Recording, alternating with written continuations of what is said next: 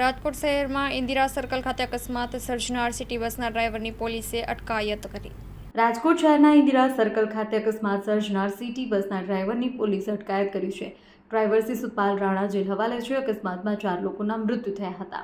ઈજાગ્રસ્ત driver civil hospital ખાતે સારવાર હેઠળ હતો। અહેવાલમાં ન્યૂઝ સંદીપ ચાવડા, રાજકોટ। ડ્રાઈવરની ગઈકાલે 20 સાંજે ધરપકડ કરવામાં આવી છે અને ડ્રાઈવરનું નિવેદન લેવામાં આવેલું છે। ડ્રાઈવરના નિવેદન મુજબ એવું કહેવા માંગે છે કે હું બસને બ્રેક મારતો હતો પણ બ્રેક લાગતી નહોતી અને અકસ્માત સર્જાયો છે। સ્પષ્ટપણે રિપોર્ટમાં સામે આવી ગયું છે કે બસમાં બ્રેક ફેલ પણ નહોતી અને બસ પણ 19 મહિના પહેલા જ લીધેલી હતી। યસ, પોલીસે શું ઇન્સ્ટ્રક્શન એમાં અમે બસનું પરીક્ષણ કરાવી લીધું છે આરટીઓ થી। આરટીઓ એવો અમને રિપોર્ટ આપી દીધો છે કે બસની બ્રેક ફેલ નહોતી કે બસમાં કોઈ મિકેનિકલ ખામી નહોતી। ડ્રાઈવરની ભૂલના લીધે જ અકસ્માત સર્જાયો હોઈ શકે। મેડમ ડ્રાઈવર એનો બચાવ કરી રહ્યો છે, સ્ટીયરિંગ લોક થઈ ગયું છે, એવી પણ એને હકીકત ના, અમારા સમક્ષ એવી કોઈ હકીકત હજુ આવી નથી કે સ્ટીયરિંગ લોક થઈ ગયું છે અને એમણે એના માટે ફરિયાદ કરેલી હોય એવું કોઈ એમના તરફથી કોઈ પ્રૂફ આપવામાં આવેલું નથી। લાયસન્સ બાબતે શું કાર્યવાહી? એમનું લાયસન્સ સસ્પેન્ડ કરવા માટે અમે પોલીસે આરટીઓ ને રિપોર્ટ કરી દીધો છે। લાયસન્સ એક્સપાયર હતું? હા, લાયસન્સ એક્સપાયર હતું, એ તપાસમાં વિગત મળેલી છે। એક્સપાયર હોય તો જવાબદારી એજન્સી સંચાલકની આવે, સુપરવાઇઝરની આવે।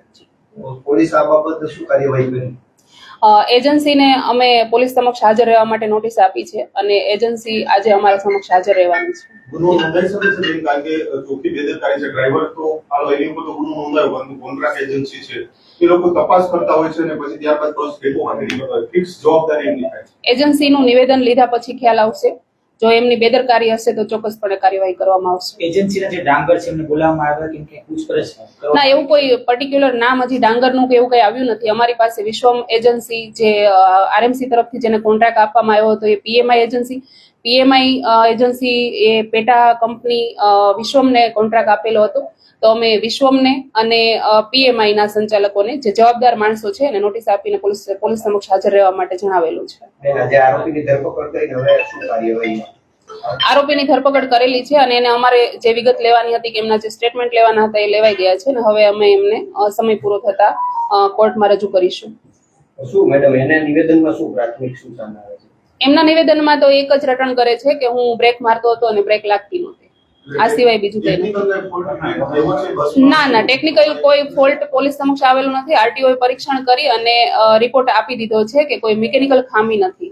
ડ્રાઈવર કીધેલો હતો કે બ્લડ સેમ્પલ લીધા છે? બ્લડ સેમ્પલ લેવાયેલા છે, એફએસએલ માં મોકલવામાં આવેલા છે સેમ્પલ અને એફએસએલ રિપોર્ટ આવે એના પર રાહ જોઈએ છે।